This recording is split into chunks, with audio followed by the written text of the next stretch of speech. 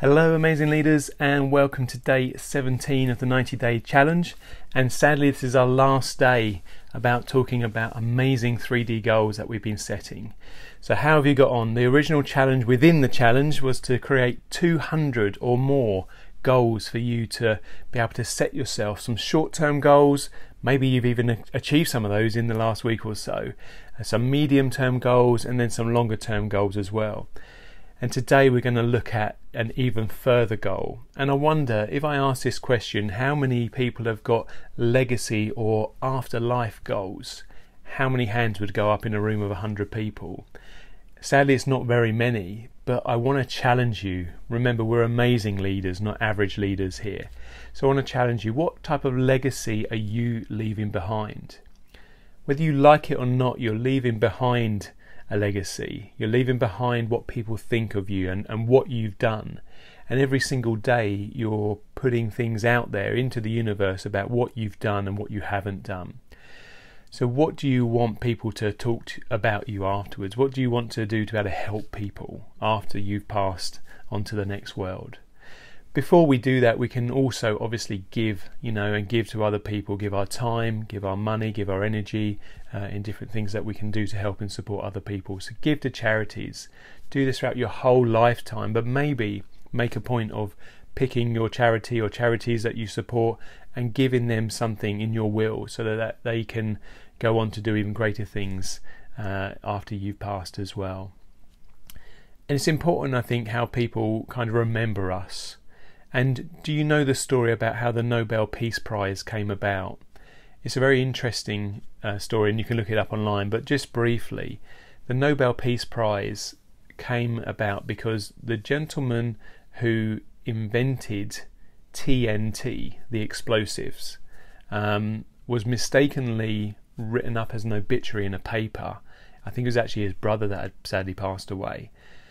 And the paper said that this man who had passed will only be known for destruction and demolition by creating TNT, the explosive. He didn't want that to be his legacy, so what he did was made sure that there was a certain amount of money left, and he wrapped it around, his last name was Nobel, so wrapped it around the last name of Nobel, and rather than having destruction as his legacy, he changed it to peace. And now most of us only know him for the Nobel Peace Prize that continues this day. So what is your story? What are people going to remember you for?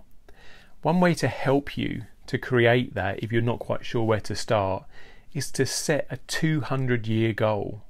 So no matter where you are in your journey of life right now, set a goal that far exceeds your years. And see how differently it will make you feel and make you think about different things that you're doing. Like I say, if you set a goal like this, it's going to probably put you in the 1% of goal setters in the world, because most people that would set goals will have a number of goals. They may not have 200, and they may not have it in all the different areas that we've covered, but I would be sure that they won't have a 200-year goal, and if they do, they will be in the 1%ers as well. So have a think about that. What kind of goal could you set to happen in 200 years' time? How could you help people that you're never ever going to meet? How could you be remembered like Nobel was?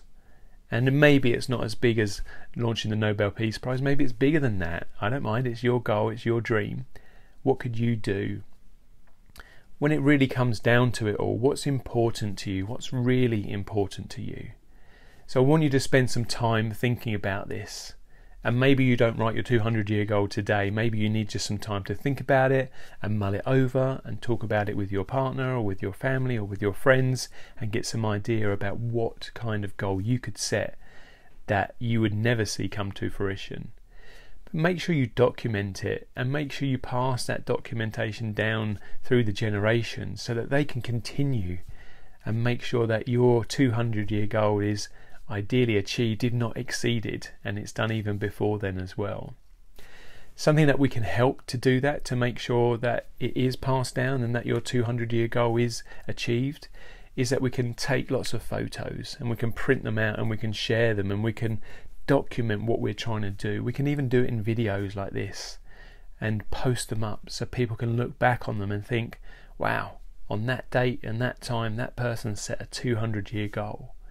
I'd love to see lots of 200-year goals popping up on YouTube and different social medias so that we can look at them and think what other people are doing as well. Maybe you want to write a letter, not an email but an actual letter. You could do it for two reasons. One, write it for somebody now so that they can keep it. It's a really powerful thing to send letters and notes handwritten to people. But maybe you could write a letter and again keep that in your will so that when the time comes, people open it and they can see what was important to you in your life and they can see what you were trying to do. But make it known so that you'll really have got a great chance of your 200-year goal happening as well. So think of it as a positive thing, not a morbid thing. Think of it as something that you're going to be remembered for in a good way, something that you did to help other people, not only in this life but in your afterlife as well. So I hope you've enjoyed this little mini series within the series of the 90-day challenge. If you want to look back on any of them and go over them again, then that's absolutely fine. If you need help with it, please contact me. I'd love to help you. I've got a template of how you can set it up on a spreadsheet just so you can follow some simple guidelines to be able to complete 200 goals and set those out for you. One thing that I'd say is whenever you complete a goal, try and complete it in style. Try and do it in a way that you will remember not just what it was like to set the goal and work towards the goal, but what it was like to complete the goal as well.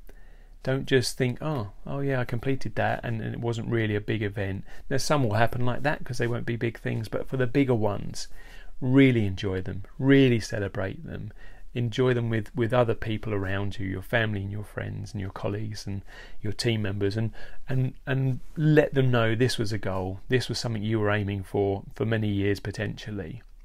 And document that with videos and photos as well, and put those up where you're going to see them often around your room so that you can think, that was the day we achieved that photo.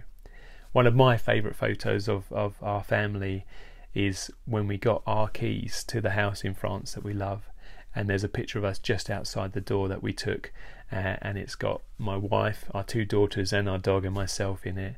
We're all beaming from ear to ear. We're all tired, but we're all excited about moving into a new place and our dream home in France. So that's a memory that we've created and captured, and we've got that obviously to be able to look back on and share for many years to come as well. So take these goals. Don't just let them lie down in a drawer somewhere or in the back of a book and never look at them. Make sure you're reviewing them regularly. Make sure you're ticking them off and completing them, and when you complete one you add another one so you've always got something to look forward to. It's fine if some of the goals change and you don't want to do them, that's absolutely fine, but really try and make it so the goals that you're setting for yourself, your friends and families, for your fitness and your health, they're all pushing you to lead an amazing life.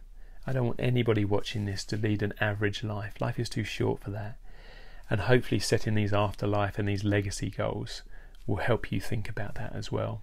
Remember the 3D goals, the amazing 3D goals, you turning your dreams, putting it into a description that anyone could understand and really get what you're talking about, and you're putting a date by it. Make the date memorable. Make it for a reason why you're doing it on that date. It could be just in a year's time, it could be in 6 months' time, it could be around a birthday, an anniversary, whatever it might be, but make it a date that is going to stick in your mind. And what happens is you might have lots that build up around a certain date, which is fine. You can work on all of them. We often overestimate what we can do in a week, but underestimate what we can do in a year. I think that was Tony Robbins that said something like that. And that's true. So put your goals down on paper, on a spreadsheet, put them somewhere you can review them. Make sure you've got a date by them, otherwise they remain a dream. And go for it. Don't be held back by limited thinking. Be amazing thinkers. Have amazing goals and go for it, and involve others as much as possible as well. So I hope that's been helpful. We'll be back tomorrow on day 18 with some other things to talk about. And remember, why be average when you can be amazing?